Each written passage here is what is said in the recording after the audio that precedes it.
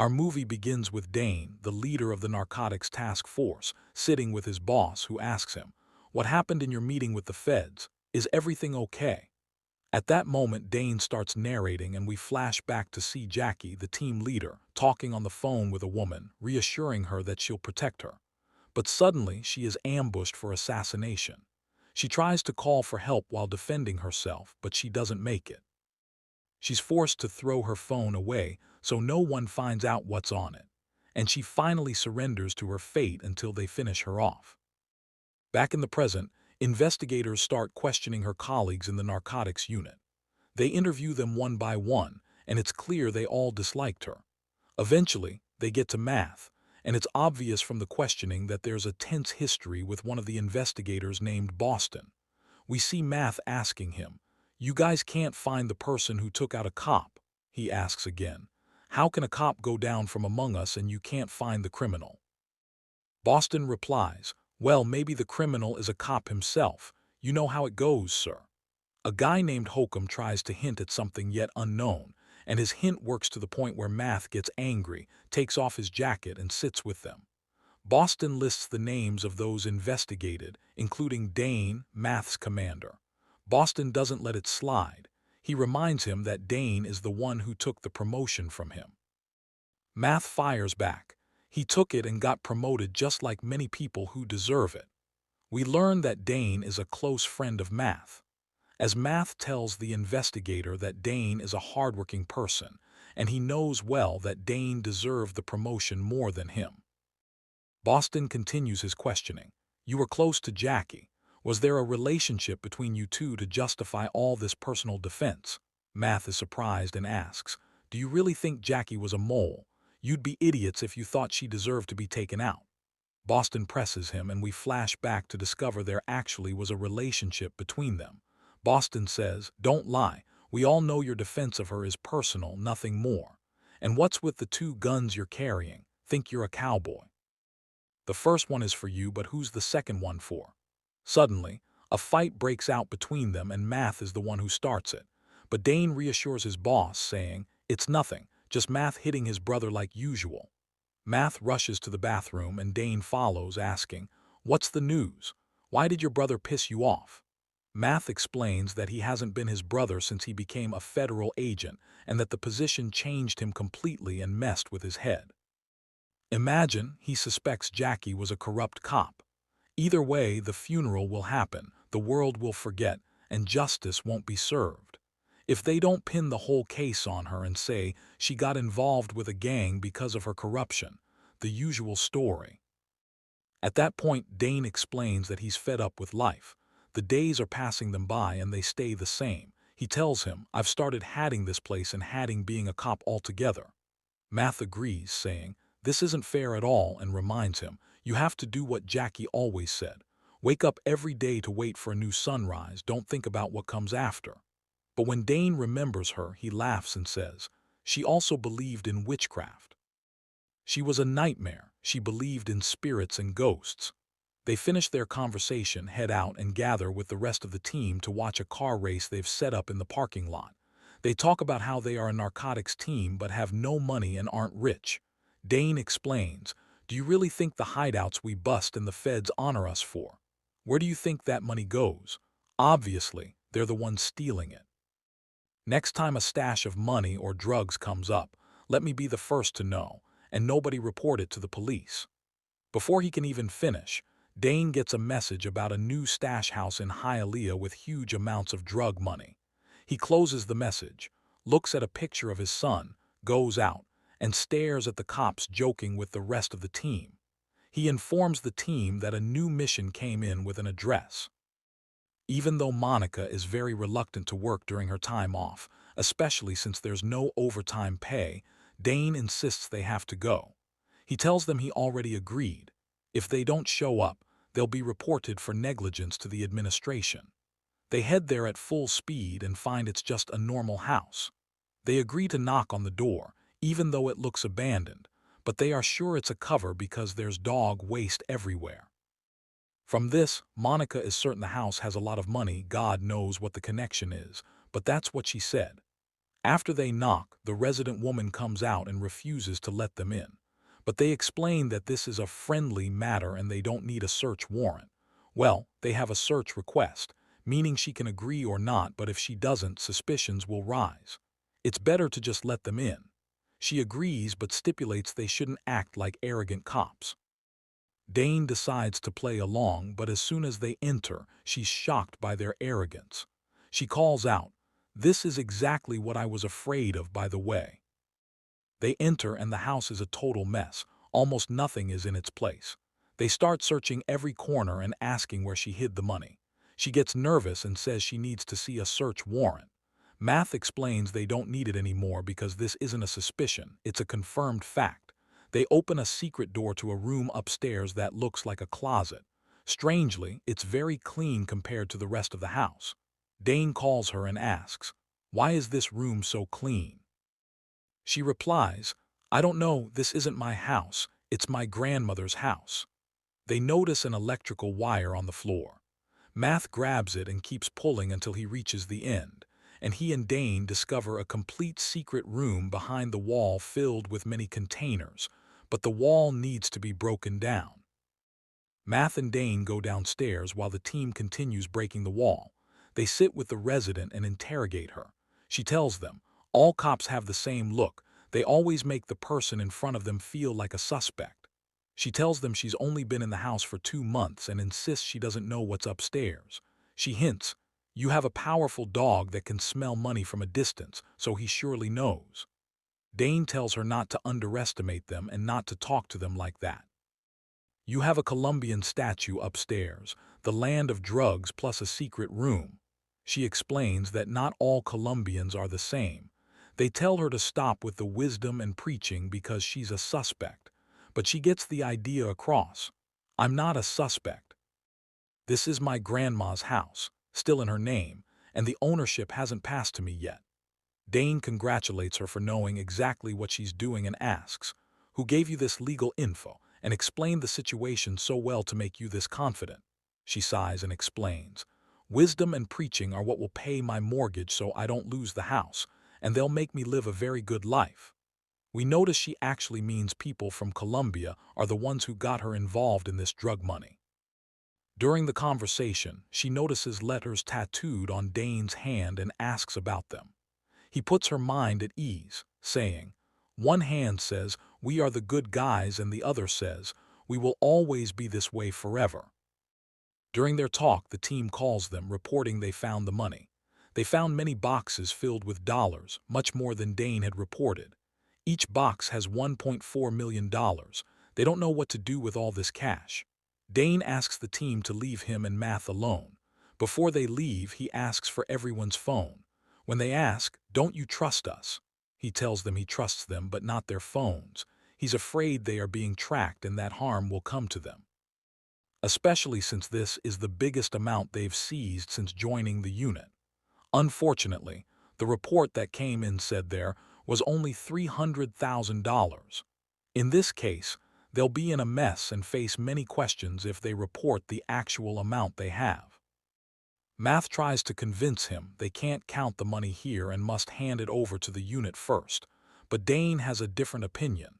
They must follow instructions, know the exact amount, and count it bill by bill because anything they say that isn't true will land them in deep trouble. During their discussion, Monica enters and asks Dane for her phone to check on her daughter, but he refuses even though she swears to him and reminds him that she got divorced because of these weird work rules. But he remains adamant. Math follows him, insisting they should involve someone, even his brother.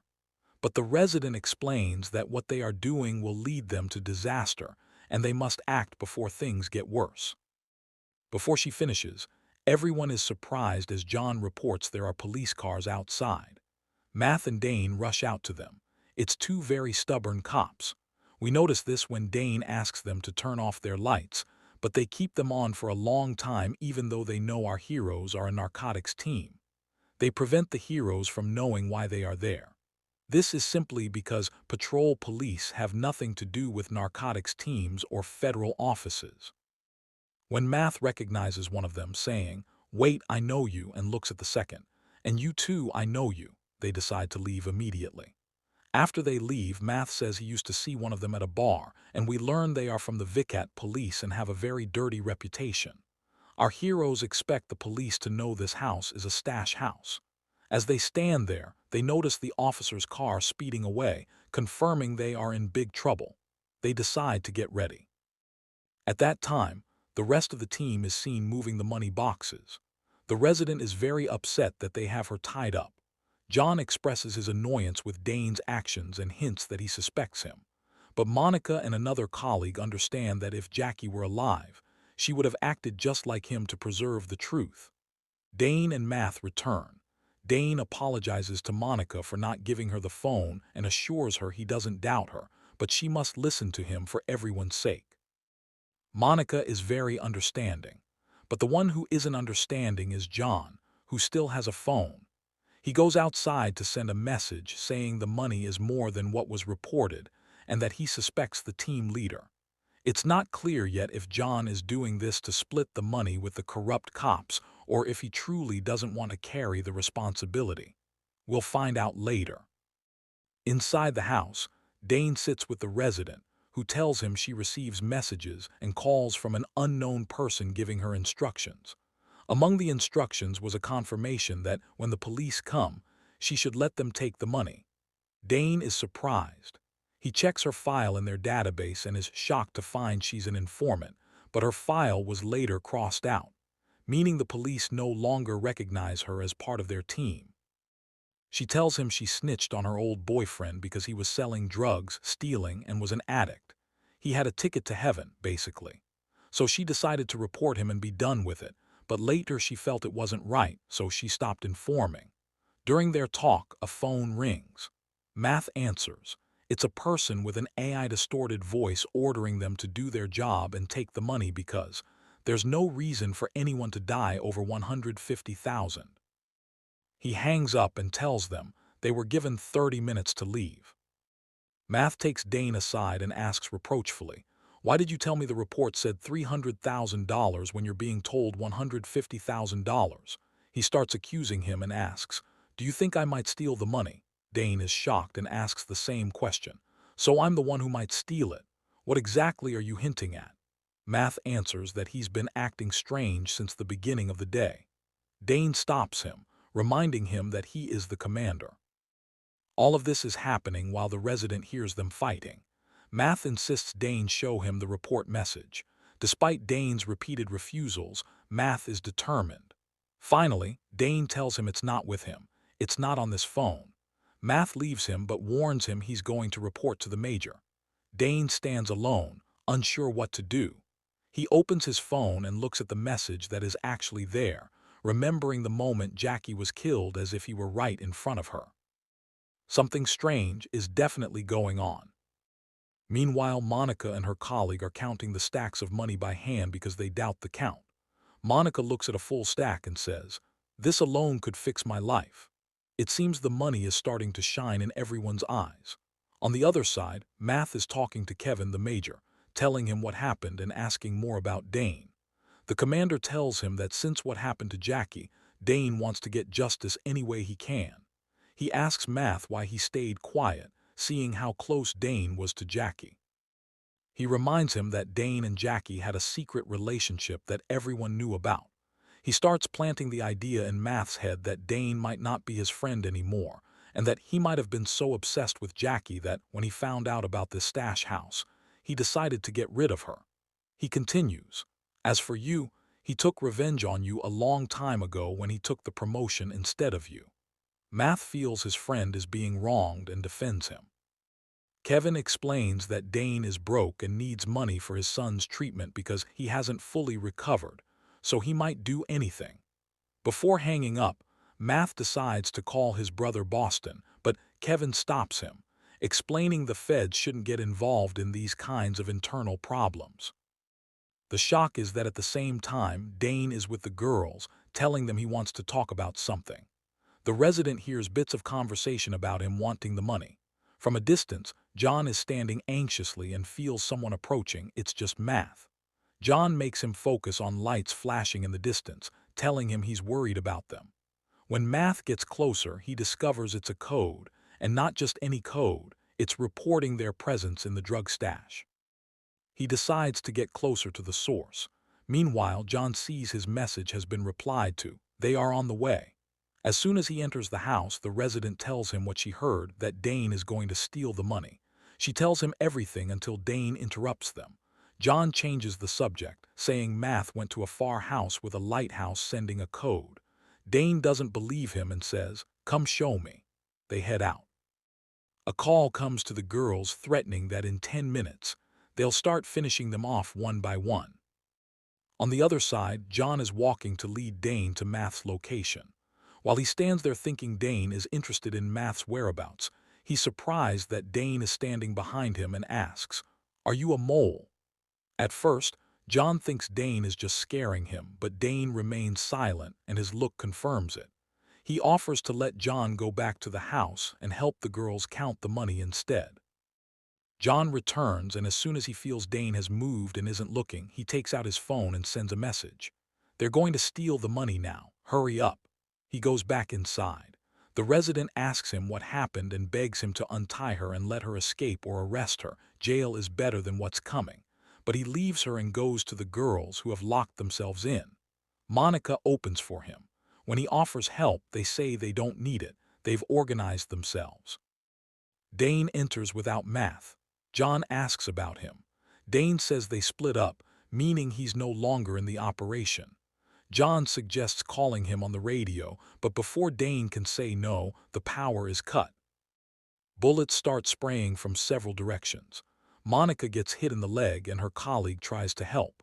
Dane and John try to track the shooters and exchange fire. After a while, a guy comes out of the lighthouse house. They aim their rifles, but Math appears behind him and confirms he's not an enemy. He lets them talk to the original owners of the money. They tell Dane they didn't do anything and have nothing to do with the shootout. He describes what's happening as a game of chess where the winner gets checkmate and they don't want to hurt anyone. Math asks, "Who finished off Jackie?" At this, John pays close attention to hear the answer. Dane, Math, and John return to the girls, who are still working. When they learn the original gang doesn't want the money, John suggests they hand over the amount mentioned in the official report and keep the rest for themselves.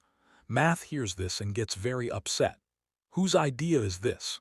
When they stay quiet, Dane reminds them he isn't the commander. They are surprised to find he knows John's plan perfectly. No report ever came in. Dane knew about the last operation Jackie was on, and when he saw no one knew about it, he pretended there was a report so he could come and steal the money. But suddenly, Dane turns the tables and accuses John. He reminds him that since those two cops appeared, everything changed, and John disappeared for 30 minutes. When he reappeared, he was with one of the gang. Math gets angry and shouts, "Listen up so you know. When we stand in the investigation, the boss told me about Jackie's death." He speaks in Colombian Spanish. For us, as the narrator, we link these events to the scene where Dane remembered Jackie looking at him before she said goodbye. It confirms that Dane is the one who finished her off, but let's not jump ahead. Math charges Dane with her murder and asks him to tell the truth. When Dane doesn't answer, Math says, "I know why you hate being a cop, because you never were a cop." The two attack each other and a fight breaks out. The girls barely break it up. All this time, John is standing there. Then he rushes to the bathroom to send a message or make a call, but he's shocked to find his phone is gone. Meanwhile, Math calls Kevin and tells him what happened, that Dane has turned on himself. He asks if he brought backup. Kevin says no, but reassures him they are coming immediately.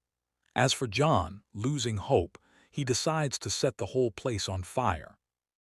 They rush out and find Kevin has arrived. Dane advises them to load the money into the armored car quickly and he'll follow. But Math stops him, telling him he's going nowhere. It's over, he's no longer the commander. They all get in and leave the girls and the resident alone, thinking they are heading to the station. On the way, Dane pulls his gun, saying, "Just in case we run into anything, I'll defend myself." Math does exactly the same. He asks them what they plan to do with the money and asks Dane if the major knows. John interrupts, "I don't think so." In that moment, Dane confirms John is a mole. When he asks him to answer, John gets brave and insults him. We are surprised to find that Dane had actually spoken with the major in front of the resident and told him everything, but she was only eavesdropping on what she wanted to hear. When he was with the girls, he told them, "I'll make a deal with you." Then the sound cut out because he didn't say anything else. He continues, "The resident told you that because she trusted you since she saw you passing our news. Can you tell me how you knew the amount was $150,000? Answer me," John says. "You're the one who told me." He's shocked when Math reminds him that Dane didn't say the amount. "I heard that amount from the people threatening on the phone." Dane adds that he told each of them a different amount. We learn John is the one who called and threatened them to leave the money. John asks, "How could I do that when I have no radio or phone?" Math shocks him with the phone he's holding. Finally, we discover that our heroes had been planning this the whole time to trip up John. They put on the act of fighting just to steal the phone from him. Dane continues, "You were lying the whole time just like me to steal the money. You're a liar just like I am. You know I even lie to Math." We flash back to see him with Math when he was looking for him. They knew the truth. No report ever came. The location of the stash house was sent to Dane by Jackie in a message. We learn he is the person she was keen to message, which is why she threw her phone right after. He explained to Math that he did this to trap those stealing from them. The way to do it was to tempt them and make them feel the money was an easy steal. He told him John was among them. Back in the present, accusations turn toward the major himself. Math asks, "Why didn't you bring the armored units or even the SWAT team?" They suspect the person driving the armored car is the corrupt cop they saw. They give them one last chance to confess who wants to steal the money. This is because Kevin only has suspicions. John asks for his phone, puts it on speaker, and asks to redial the last call. In a moment of terrifying silence, the officers ready their weapons. The shock, Kevin's phone starts ringing. In a second, the whole car erupts in a shootout. Kevin wins to some extent and manages to hit them. He asks the driver to remove the body of the security guard with them, and the driver is indeed the corrupt cop. In the midst of all this, they ask who finished off Jackie. Kevin tries to pin it on John, but John defends himself, saying he didn't do it. Unfortunately, it turns out it was both of them who were chasing her because she was about to expose them. Kevin is about to finish them off, but he hears a phone ringing. Math tells Kevin, "Better if I answer." He answers and puts it on speaker. We are surprised to find our hero had a deal with the federal agents and gave them the location, taking advantage of the dark moments on the road to message them. They report they are all around him, and it turns out to be Boston, his brother. He threatens them to surrender because they are surrounded. Kevin says, "Fine. The story will look like we are the honorable officers who took the money from the gang and returned to Miami." He starts spinning a fake plan. During this, John pulls a gun from his pocket. As soon as Math tells Kevin, "You're on the air, boss," meaning the feds heard everything, John attacks and fires. This allows him to escape the feds. Math and Dane chase him. Math takes his brother's car. What stops Kevin is that the money bags fall in his path, leading to a chase. Finally, each of our heroes catches the one he was chasing. Math arrests Kevin and Dane arrests John. They leave the criminals for a few moments, waiting to see when the bullet will come so they can feel what Jackie felt. As for Kevin, he tries to distract Math to shoot him, but Math is faster and finishes him off. The shock. The bags didn't have money in them at all. John is arrested normally. The girls are the ones who have the money from the boxes, carrying it stack by stack. They hand it over to the narcotics unit. It turns out to be $20 million and much more. The resident gets a reward for cooperating. As she stands with Dane to thank him, we learn she is the one Jackie was talking to on the phone, asking her to protect her and reassuring her she'd stay by her side. Dane came for her specifically as Jackie had asked. Furthermore, Dane's son, whose picture is always on his phone, passed away from cancer, and Jackie was close to him because of her care for his son. At the end of the movie, we see our heroes sitting in front of the sunrise, unable to believe the day came where they applied Jackie's words. By a sweet coincidence, There's a little girl playing on the beach and her mom calls her Jackie. The movie ends here. Don't forget to follow and subscribe to get everything new. See you in the next summary. Take care of yourselves.